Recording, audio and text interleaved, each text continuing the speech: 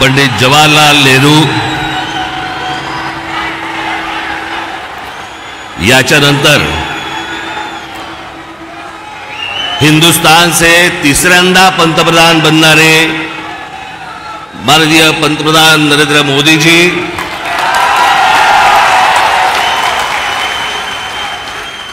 सन्माननीय व्यासपीठ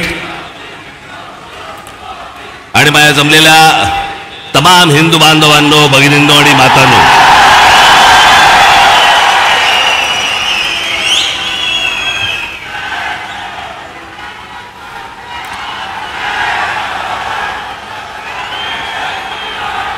मोदीजी, आपण मुंबईमध्ये याच्या अगोदर अनेकदा आलात, पण बरोबर 21 वर्षानंतर आपण आज शिवतीर्थावरती इथे आलात. मला आजही आठवते त्यावेळेला आपण इथे कमळामधनं बाहेर आला होतात आणि 2014ला आपण कमळ बाहेर काढलं.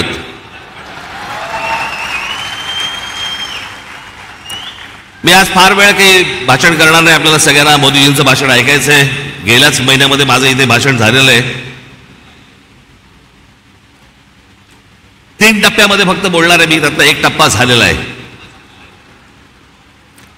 त्याचा पहिला टप्पा होता मोदीजींची पहिली 5 वर्ष.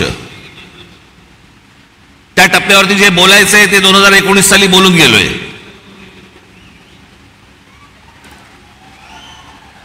ओरली आता गेली 5 वर्ष. मला असं वाटतं आता देवेंद्रजी, मुख्यमंत्री अजितदादा, इतर सर्वांनी, उद्धव ठाकरे, शरद पवार आणि इतर सर्व माणसांवरती वेळ घालवला. मला असं वाटतं त्यांच्यावरती बोलायची गरज नाही. जे सत्तेतच येणार नाहीये त्यांच्याबद्दल आपण का बोलतो?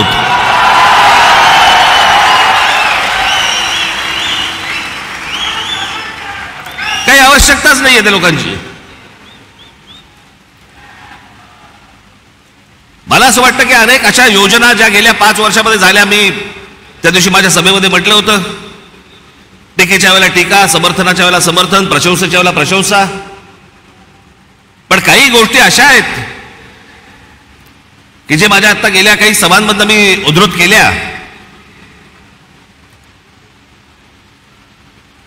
की 90च्या दशकामध्ये जे एक प्रकरण घडलं सगळ्यात मोठं, ते म्हणजे बाबरी मशिदीचं. हजारो कारसेवक तिकडे उत्तर प्रदेशमध्ये गेल्यावरती तिथे मुलायम सिंग यादवच्या लोकांनी, पोलिसांनी तिकडे आमच्या कारसेवकांना ठार मारले, शरयू नदीमध्ये प्रेतं फेकून दिली. ते चित्र काही माझ्या डोळ्यासमोर कधी गेलं नाही. आणि ज्यावेळेला बाबरीचा ढाचा पडला त्याच्यानंतर ते राम मंदिर बनवू मनात असं आलं होतं की कधी हे बनणार नाही बहुधा. पण मोदीजी, मी आपल्याला खरोखर धन्यवाद देतो की आपण होतात म्हणून ते राम मंदिर होऊ शकलं.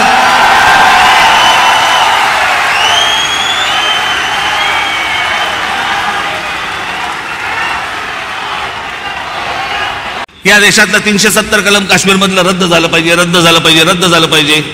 इतक्या वर्षात जी गोष्ट होऊ शकली नाही ती नरेंद्र मोदीजींनी त्यांच्या पंतप्रधान पदाच्या कारकिर्दीमध्ये ती करून दाखवली. आज त्याच काश्मीरमध्ये जाऊन तुम्ही जमीन घेऊ शकता, जागा घेऊ शकता. तो एक भारताचाच एक भाग आहे हे आत्ता सिद्ध झालं.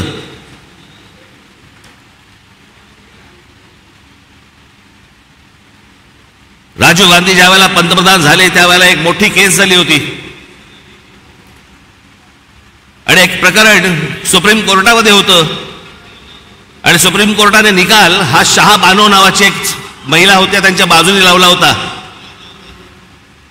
आणि सुप्रीम कोर्टाने तो निकाल लावल्यानंतर राजीव गांधींनी खासदारकी तो लोकसभेमध्ये बहुमताच्या आधारावरती तो सुप्रीम कोर्टाचा निकाल म्हणजे ज्या बाईला न्याय मिळाला होता तो काढून टाकला. आणि त्या मुस्लिम महिलेला कधी न्याय मिळू शकला नव्हता एका छोट्या पोटगीसाठी.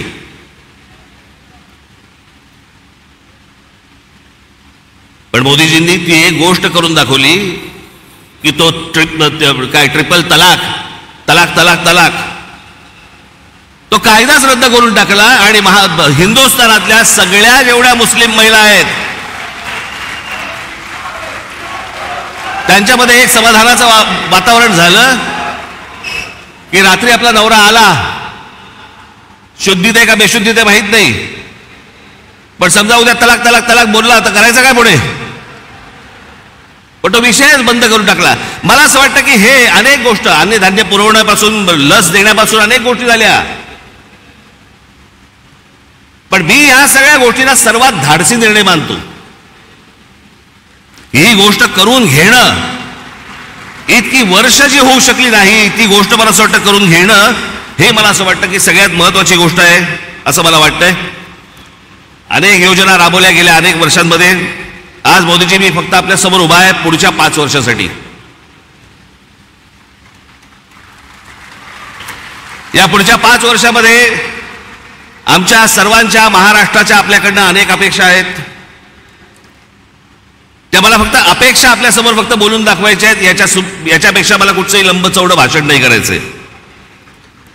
त्यातली माझी पहिली अपेक्षा आहे की गेले अनेक वर्ष खितपत पडलेला मराठी भाषेला अभिजात भाषेचा दर्जा मिळावा, ही गोष्ट आपण पंतप्रधान झाल्यानंतर मराठीला तो सन्मान मिळेल अशी मी मोदीजींकडे अपेक्षा व्यक्त करतो आणि ती होईल, तितक्याच धाडसाने ती होईल अशी मला खात्री आहे.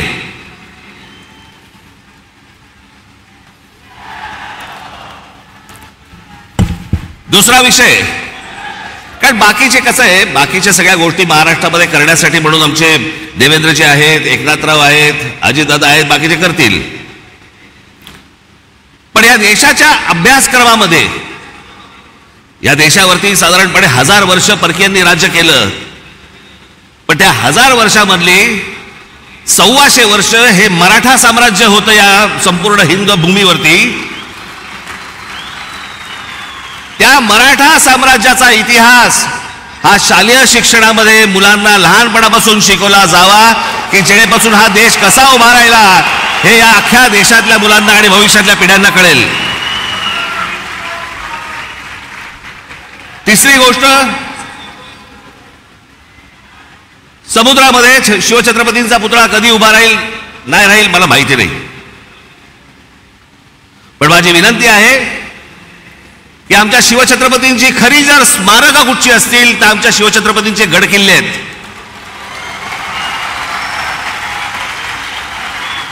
आणि या गड किल्ल्यांना पूर्वीचं ऐतिहासिक वैभव प्राप्त करून देण्यासाठी म्हणून आंतरराष्ट्रीय दर्जाची एक समिती नेमावी. भविष्यातल्या येणाऱ्या पिढ्यांना, या देशातल्या पिढ्यांना कळेल की आमचा राजा कोण होता आणि त्यांनी काय इतिहास गाजवला हे त्या आमच्या गडकिल्ल्यांवरनं कळेल. याच्यासाठी म्हणून आपल्याकडनं गोष्ट व्हावी अशी माझी अपेक्षा आहे.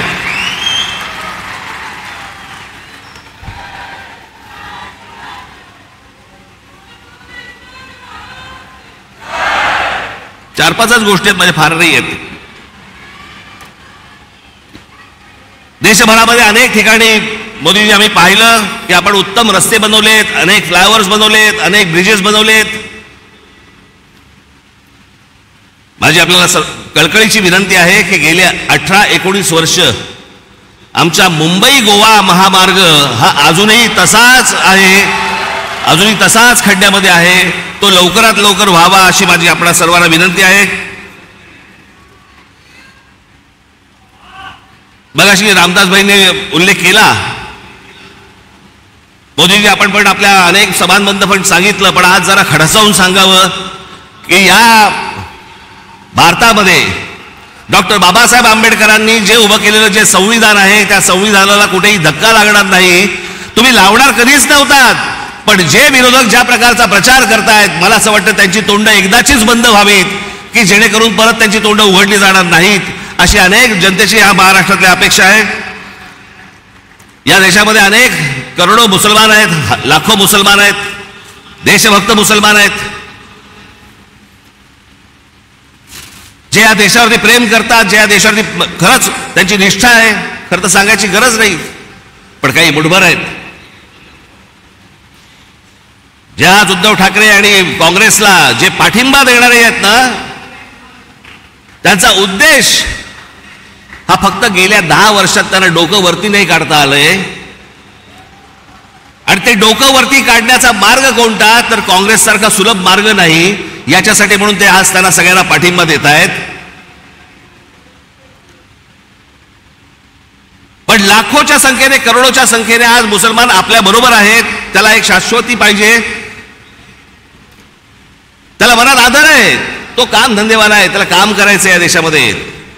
तो या देशाचा नागरिक आहे, पिढ्यानपिढ्या राहणार आहे. पण मला असं वाटतं की हे जे मुठभर आहेत, हे ओवेसी सारख्या ज्या अवलादी आहेत, यांच्या मागून फिरणारे जे लोक आहेत, यांचे जे अड्डे आहेत, हे अड्डे एकदा तपासून घ्या. तिथे माणसं घुसवा, देशाचं सैन्य घुसवा आणि हा देश एकदा कायमचा सुरक्षित करून टाका. म्हणजे आमच्या आया बहिणींना याच्यापुढे देशामध्ये फिरताना कोणत्याही प्रकारचा त्रास इथे होणार नाही, अशी मी आशा अपेक्षा बाळगतो. आणि शेवटचं म्हणजे आमची मुंबईची रेल्वे. लाखो प्रवासी या रेल्वेने प्रवास करतात. या प्रवास करणाऱ्या रेल्वेच्या संपूर्ण यंत्रणेवरती आपण केंद्र सरकारने आपण बारीक लक्ष द्यावं.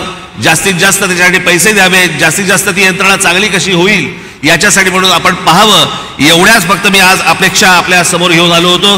बाकी भविष्यातल्या येणारा हिंदुस्तान हा आपल्या हातून उत्तम पद्धतीने मोठा हो, जगात मोठा हो, घडो, ही एक आशा अपेक्षा बाळगतो आणि आपण सर्वांची मी रजा घेतो. धन्यवाद. जय हिंद, जय महाराष्ट्र. धन्यवाद राज साहेब. देवी और सज्जनों, करोड़ों नागरिकों के मन की और दिल की बात जानने वाले, उनके जीवन में बुनियादी तौर पर परिवर्तन लाने वाले, विकास की गंगा भारत के घर घर में पहुंचाने वाले, आधुनिक युग के भगीरथ, देश की आशाओं की उम्मीद जिनके मजबूत कंधों पर टिकी हुई है, आधुनिक विश्व के सबसे बड़े लोकतंत्र के सबसे यशस्वी लोकप्रिय प्रधानमंत्री माननीय श्री नरेंद्र मोदी जी से मैं सविनय प्रार्थना करती हूं कि वे उनकी ओजस्वी वाणी और बहुमोल विचारों से हमें अनुग्रहित करें.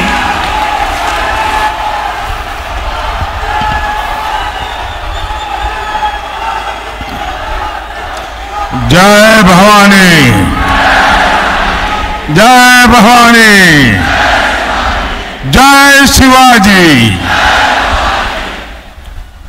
छत्रपति शिवाजी महाराज की, छत्रपति शिवाजी महाराज की.